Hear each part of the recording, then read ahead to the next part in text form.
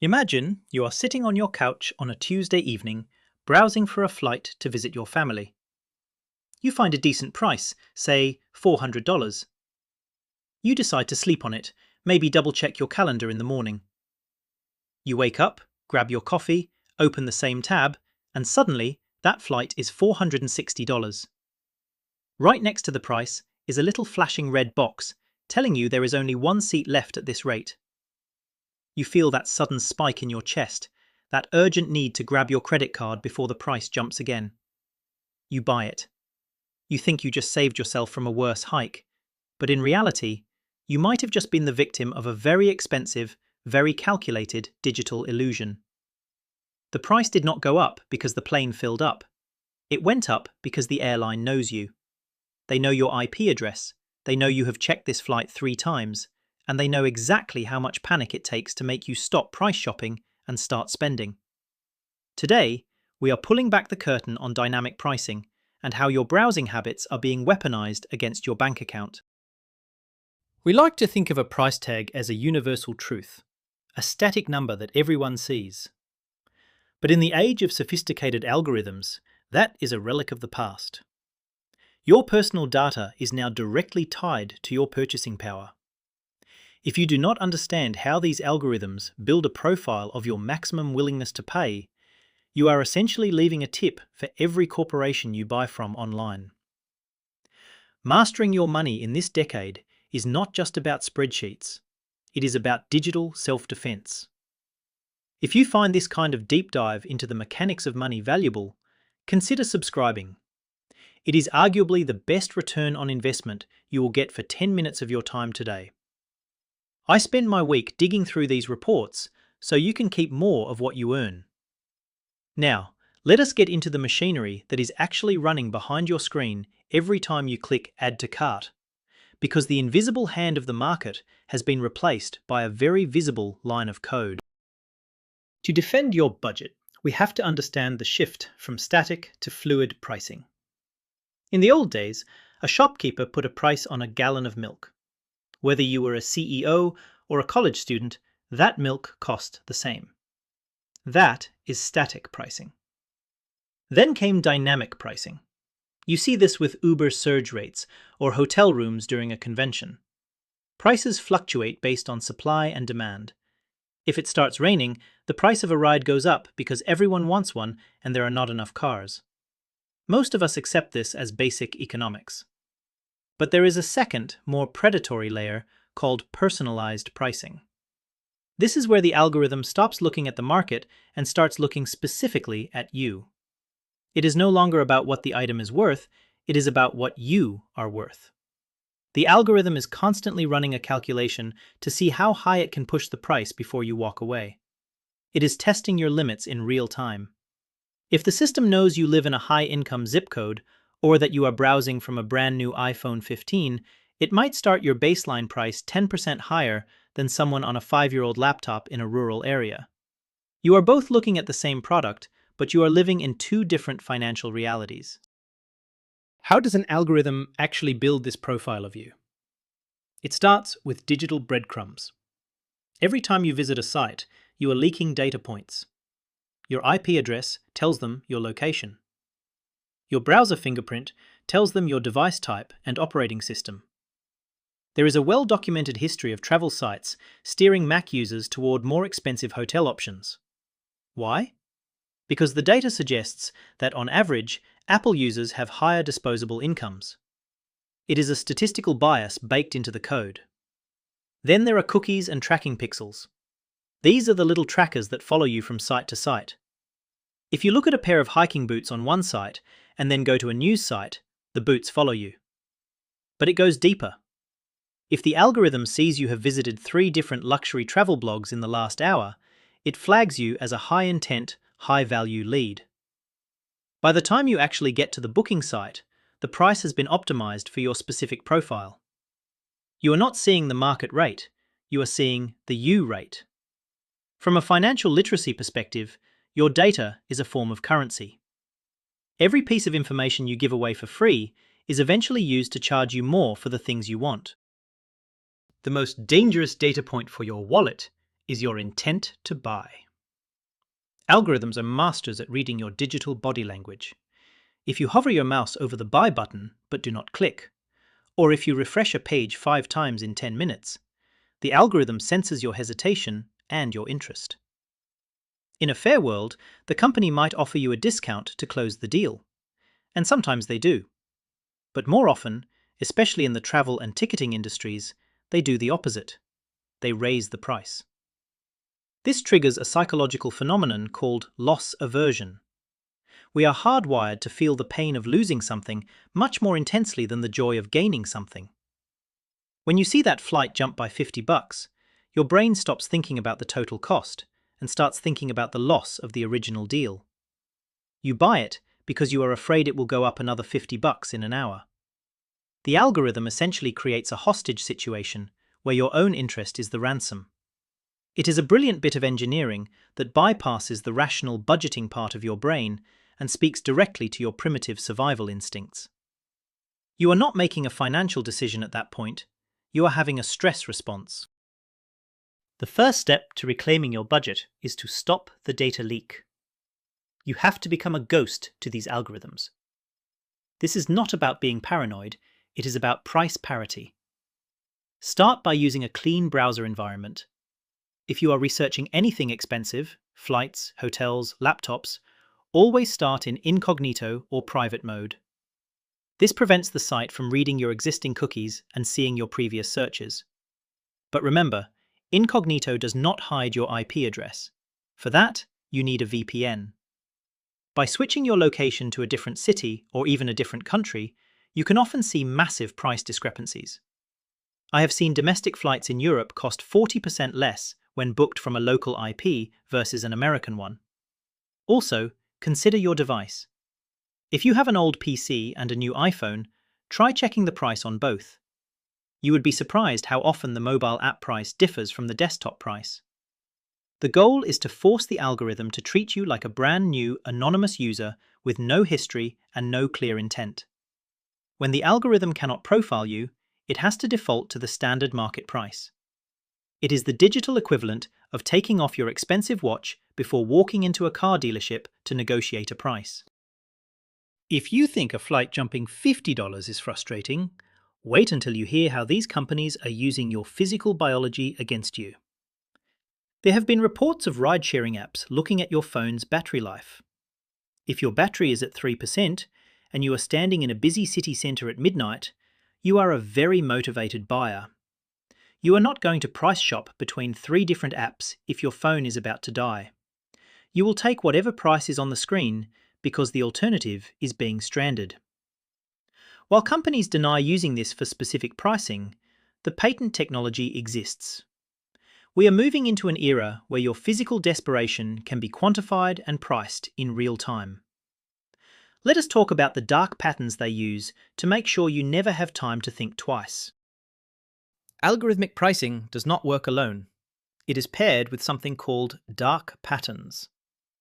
These are user interface designs specifically engineered to trick you. Think of the last time you saw a countdown timer on a checkout page. This deal expires in 14:59. That timer is almost always a lie. If you refresh the page or open it in a different browser, the timer usually resets. Its only job is to destroy your cooling off period. Sound personal finance relies on the ability to step away. I always recommend a 48-hour rule for non-essential purchases. But the countdown timer is a direct attack on that rule. It creates artificial scarcity. You see this with only 2 items left, or 15 people are looking at this right now. These numbers are often fabricated or manipulated. They are designed to increase your cognitive load. When your brain is busy processing the threat of losing an item, it has less energy to calculate whether that item actually fits into your monthly budget. You stop being a consumer and start being a competitor. You are no longer buying a product, you are winning a race. And in that state of mind, the price becomes secondary to the victory. This is how people end up with budget leakage. Those small, unplanned overspends that eventually drain your savings account without you ever noticing a single big purchase. The math of the sale illusion often relies on a technique called anchoring. You see a product with a list price of $200, but it is slashed out and the sale price is $99. Your brain immediately registers a $100 win. But who set that original $200 price? On platforms like Amazon, that list price might be completely arbitrary. It could be a price the item has not actually sold for in years. The algorithm is simply showing you a number to make the current price look like a bargain. Investigative reports have shown that some items on major retail sites are on sale for 300 days out of the year. If something is always on sale, it is never on sale. That $99 is the actual retail price, and the discount is just psychological theatre. When you calculate your net worth, you cannot include money saved on sales that were never real. You can only track money that actually stayed in your pocket. These algorithms are designed to make you feel like you are earning money by spending it. It is a mathematical paradox that works on us because we love a good deal more than we love a balanced budget. The ultimate goal of these algorithms is to create a frictionless environment. The easier it is to pay, the less you think about the money. This is why one-click ordering and saved credit card info are so dangerous when combined with dynamic pricing. When the price jumps, but the effort to pay is zero, your impulsivity wins. Behavioral economists have shown that we value $1 today more than $1 tomorrow, a flaw called hyperbolic discounting. Algorithms exploit this by presenting you with a limited-time offer that demands an immediate response. If you had to get up, find your wallet, and type in 16 digits, you might have the 10 seconds of clarity needed to realize the price just went up 10%. But when it is just a thumbprint or a face scan, the transaction is over before the rational brain can even start the engine. This is why your digital environment is just as important as your physical one. If your phone is a casino designed to take your money, you will eventually lose. Every saved card and autofill feature is a win for the algorithm's urgency engineering. They want the gap between "I want that" and "I bought that" to be as close to zero as possible, because that gap is where your financial discipline lives. The solution here is to intentionally put the friction back into your life. You need to build a speed bump into your digital spending. First, remove your saved credit card information from your favorite shopping sites. If you have to manually enter your details every time, you give yourself a moment of pause. During that pause, ask yourself, did I want this yesterday? If the answer is no, the algorithm is currently driving the bus. Second, use the cart abandonment play. Put the item in your cart, get all the way to the final checkout screen so they have your email, and then close the tab. Walk away for 24 hours. Two things will happen. One, the urgency will fade, and you might realize you do not even want the item. Two, the algorithm will often panic. It sees a lost sale and might trigger an automated email with a real discount code, 10 or 15% off, to get you back. You are essentially using their own tracking against them. You are signaling that you are a price-sensitive customer who is willing to walk away. In the world of algorithmic pricing, the person who is most willing to leave the store always gets the best price. Let us look at specific industries, starting with the king of dynamic pricing, Amazon. Reports suggest Amazon changes prices on its platform millions of times every single day. This is not just about their own inventory. It is a massive AI-driven game of cat and mouse with every other retailer on the planet. If Best Buy drops the price of a toaster by $5, Amazon's algorithm might match it within minutes. But it also works the other way.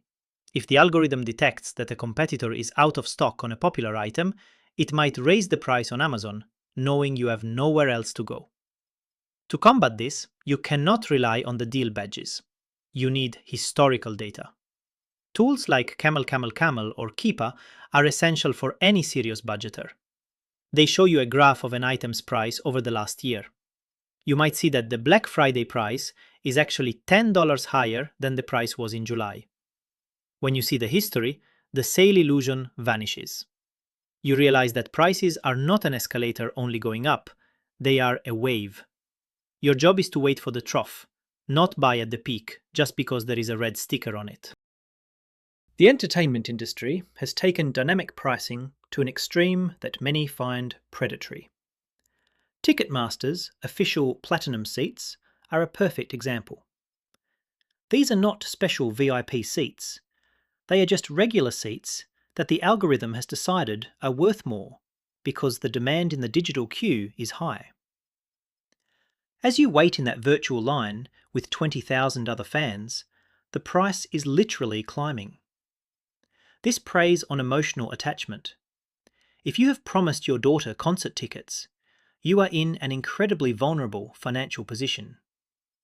You will pay $300 for a ticket that was listed at $80 5 minutes ago because you feel like you have no choice. This is surge pricing applied to our emotions. The best defense here is a strict walkaway number. Before you even join a queue, you must decide the absolute maximum you are willing to pay. Write it down on a piece of paper.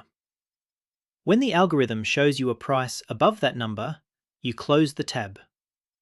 It is hard and it feels like losing, but the alternative is letting a piece of software dictate your discretionary spending for the entire month.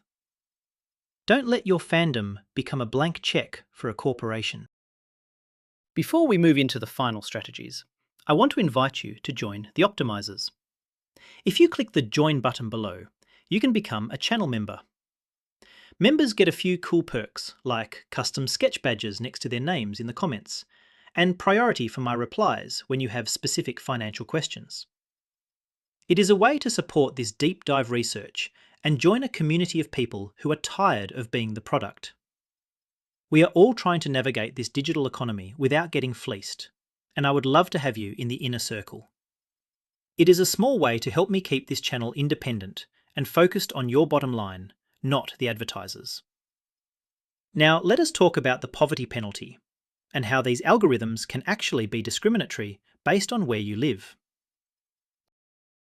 The most invisible cost of dynamic pricing is what researchers call the poverty penalty. Algorithms are designed to maximize profit, and that often means identifying who has the fewest alternatives. If an algorithm sees you are browsing from a zip code that is a food desert, meaning there are no major physical grocery stores nearby, it might recognize that you are more dependent on online delivery. It can then nudge the prices of basic household goods slightly higher for you than for someone who lives right next to a Costco. This is not a human being deciding to be mean. It is an algorithm doing efficient math. But the result is that the people who can least afford it end up paying more for the same necessities. This widens the wealth gap in a way that is almost impossible to see from the outside. From a personal finance perspective, this is why comparison shopping is no longer just a frugal habit. It is a necessity for financial survival. You cannot assume you are getting the same deal as everyone else. We have to be aware that our digital footprint can actually make our lives more expensive simply because of our geography or our perceived socioeconomic status. Awareness is the only way to begin leveling that playing field. To wrap this up, I want to give you a clear protocol for any purchase over $50.